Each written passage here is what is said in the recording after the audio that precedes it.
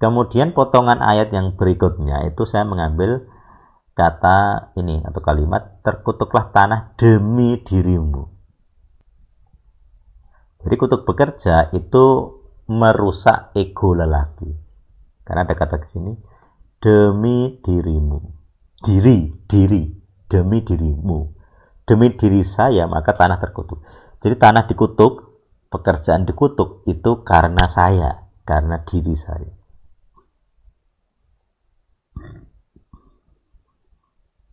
Nah, kenapa begitu? Karena lelaki, ini secara alamiah sepertinya, punya kebanggaan berkaitan dengan harta, dengan uang, sejak dulu begitu. Ketika Abraham mencari istri untuk Ishak, apakah dia membawa gambar Ishak? Tidak. Eleazar itu kan tidak membawa apa-apa. Kecuali apa? Kecuali harta.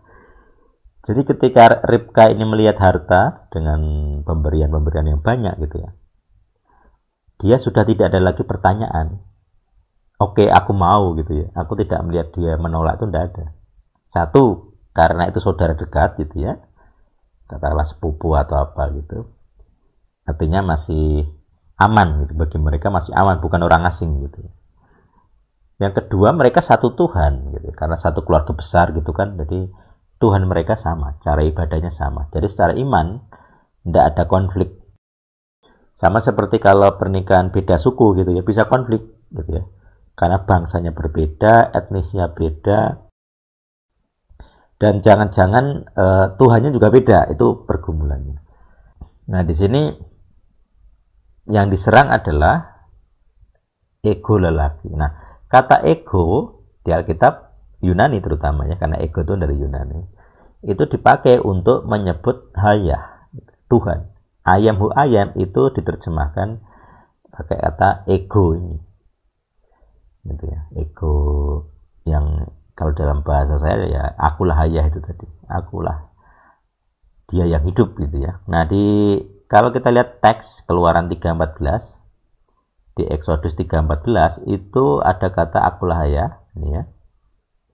Kemudian di Inggris dari I am that I am atau I am who I am.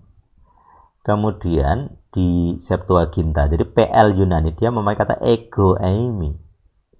Ego itu aku. Jadi kutuk bekerja itu merusak keakuan lelaki, harga diri lelaki. Nah, kenapa dihukum dengan kerusakan ego? Sebenarnya itu kayak sindiran sih. Egomu rusak, maka ini buktinya gitu. Jadi para lelaki yang terkutuk dengan kutuk bekerja itu punya tendensi egonya rusak. Nah, ego rusak itu apa? Satu, dia tidak bisa ideologis. Idenya bukan dia gitu. Ideologinya bukan dari dia. Dia pragmatis, ininya begitu. Ini prinsip ya. Jadi para lelaki itu lebih gampang ideologis. Para perempuan lebih mudah pragmatis. Makanya saya tidak banyak menuntut kepada perempuan berkaitan dengan ideologi. Karena cara berpikir perempuan itu tidak didesain ideologis. Tidak didesain idealis. Dalam struktur sosial, kalau misalnya seorang pria mencari istri, walaupun sekarang ada orang cari istri itu cari istri yang sudah bekerja, cari istri yang sudah mapan, bahkan lebih kaya gitu ya. Keluarganya kaya misalnya. Ada pria yang seperti itu. Tetapi di masa dahulu para pria mencari istri tidak seperti itu. Dia tidak peduli itu anaknya pembantu, orang miskin tidak masalah. Kalau dia suka ya diambil gitu. Kenapa? Karena dia tidak membutuhkan hartanya dari perempuan. Bahkan kita bayar para lelaki membayar mahar gitu ya. Dari sisi kuno gitu ya. Walaupun di era modern ada suku bangsa yang matrilineal, jadi para lelaki dibeli oleh wanita, tapi struktur kuno kita sepertinya adalah patrilineal, jadi para lelaki yang membeli wanita gitu ya, dalam konteks mahar ya, adat gitu ya. Nah, ini yang apa namanya, yang bikin perlu diperjelas gitu ya, karena orang seringkali, terutama sekarang gitu ya, para laki itu egonya rusak. Jadi orang punya ego itu berkaitan dengan ideologi itu begini,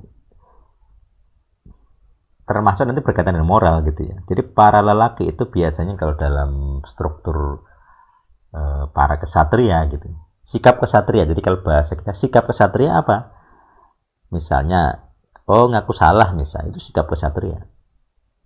Nah ternyata ini umum ya, ini nggak hanya di agama ya, orang umum memahami kalau orang salah yang mengakui gitu ya, itu prinsip umum gitu. Nah ternyata mengaku salah itu ada di dalam dosa Adam ini, berdalih gitu ya, berdalih atau mencari kambing hitam. Ya Adam, kenapa kamu makan? Salah istri saya, karena perempuan ini adalah aku makan. Nah, itu berdalih. Nah ini egonya rusak. Kenapa? Lelaki itu harus tanggung jawab, harus kesatria.